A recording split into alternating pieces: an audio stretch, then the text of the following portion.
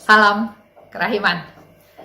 Hari ini adalah pertemuan yang terakhir dari seri peran Bunda Maria terhadap hidupnya Suster Faustina. Pertemuan yang ke-23. Tanpa kita sadari ya, kita sudah terus-menerus bertemu selama 23 minggu. Hampir setengah tahun ya. Hari ini kita akan bicara tentang praktek dari kerendahan hati, kemurnian, dan kasih akan Allah yang direkomendasi oleh Bunda Maria di 1415 dan 1624. Kita masih ingat ya apa yang dikatakan oleh Bunda Maria tentang 3 keutamaan, di mana Suster Faustina harus melakukan 3 keutamaan ini dengan sangat istimewa, menjadi teladan, menjadi pionir, dan hal ini pun mau kita pegang menjadi sesuatu yang menjadi tujuan daripada hidup kita juga. 3 hal tentang kerendahan hati, kemurnian, dan kasih akan Allah. Selain itu, juga saya mau bicara tentang berdoa dalam roh, ada di 325. Dan juga berdoa untuk bisa mencintai penderitaan, ada di 315. 1415. Suster Faustina mendengar apa yang dikatakan oleh Bunda Maria. Aku ingin, kata Bunda Maria ya, putriku yang sangat kukasihi, agar engkau mengamalkan 3 keutamaan. Bunda Maria minta pada Suster Faustina untuk mengamalkan 3 keutamaan yang paling berharga dan paling menyenangkan Allah. Jadi buat Bapak Ibu ketahui bahwa yang paling berharga dan paling menyenangkan Allah adalah 3 hal tadi, yaitu kerendahan hati. Bahkan di situ Bunda Maria katakan sampai 3 kali. Kerendahan hati, dan sekali lagi kukatakan kerendahan hati. Yang kedua, Bunda Maria bicara tentang kemurnian, dan yang ketiga adalah kasih akan Allah. Sebagai putriku, engkau harus memancarkan 3 keutamaan ini secara istimewa. Harus nyata dalam kehidupan kita sehari-hari. Engkau harus memancarkan. Kelihatan ya. 1024. Bulan ini aku mengamalkan 3 keutamaan yang dianjurkan oleh Bunda Allah. Hari ini Suster Faustina sharing cerita apa yang dia lakukan untuk melaksanakan apa yang Bunda Maria minta, yaitu tentang 3 keutamaan tersebut.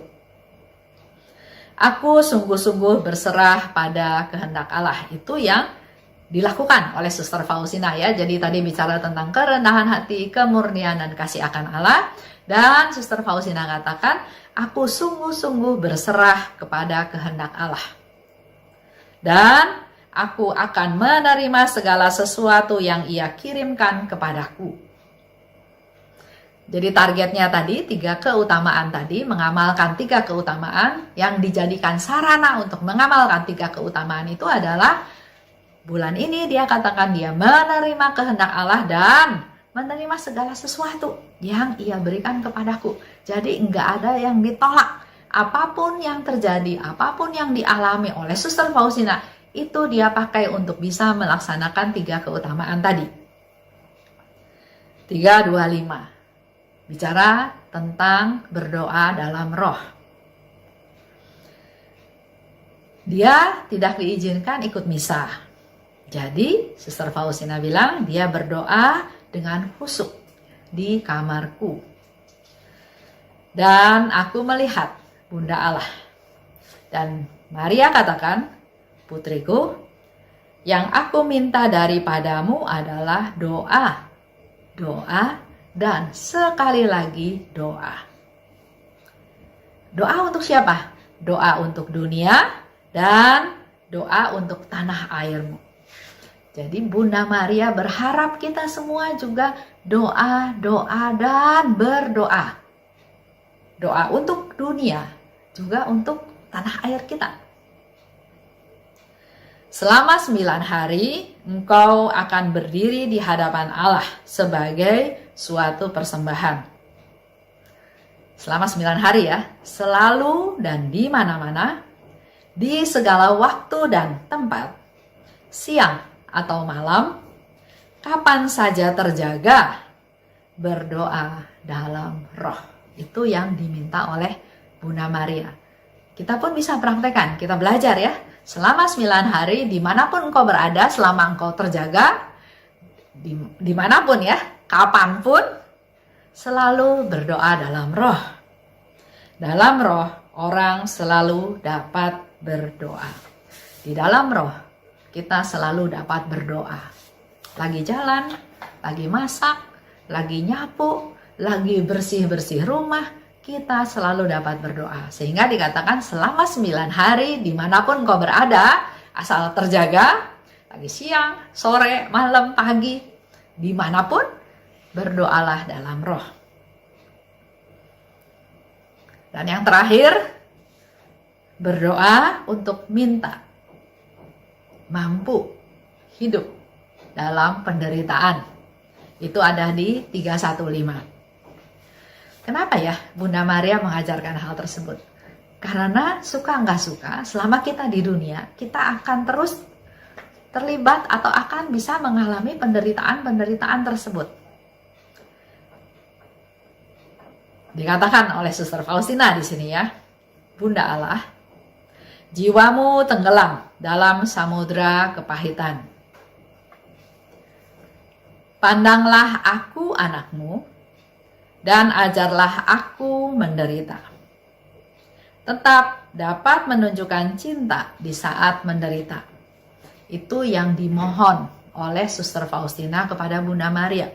Dia tahu kehidupan Bunda Maria, pengalamannya ya, seperti yang sudah saya sering ceritakan. Dia masih muda tapi dia dipilih Tuhan untuk melahirkan Yesus Juru Selamat.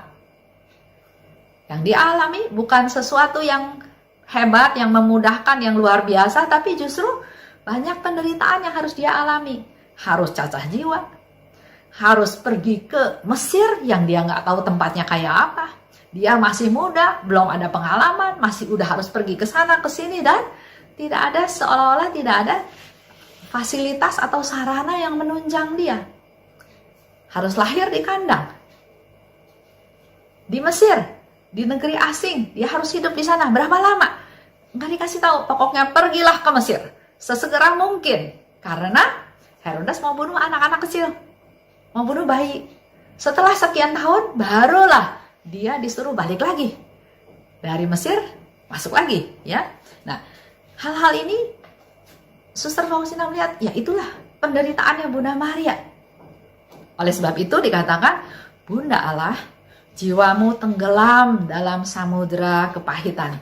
Itu baru cerita Yesus kecil. Belum waktu cerita Yesus dijatuhi hukuman mati. Dia berbuat baik, tapi dia malah dijatuhi hukuman mati. Perjalanan jalan salib, dia ditendang, dia didorong, dia jatuh, keringat, darah bercucuran, matanya tertutup oleh darah, oleh peluh, oleh keringat, udah nggak bisa lihat. Sehingga jalan juga mungkin agak meraba-raba sambil bawa salib yang berat, jalannya salah ke kiri, serong sedikit, serong ke kanan sedikit, ditendang, didorong. Banyak hal dialami oleh Yesus. Tapi apa yang bisa dilakukan oleh Bunda Maria? Dia hanya diam, dia menerima. Karena itulah yang memang harus dijalani. Jadi begitu besar samudra kepahitan yang dialami. Oleh sebab itu, Suster Faustina katakan, pandanglah aku anakmu, ajarlah aku juga untuk bisa menderita. Tetap dapat terus menunjukkan cinta walaupun menderita.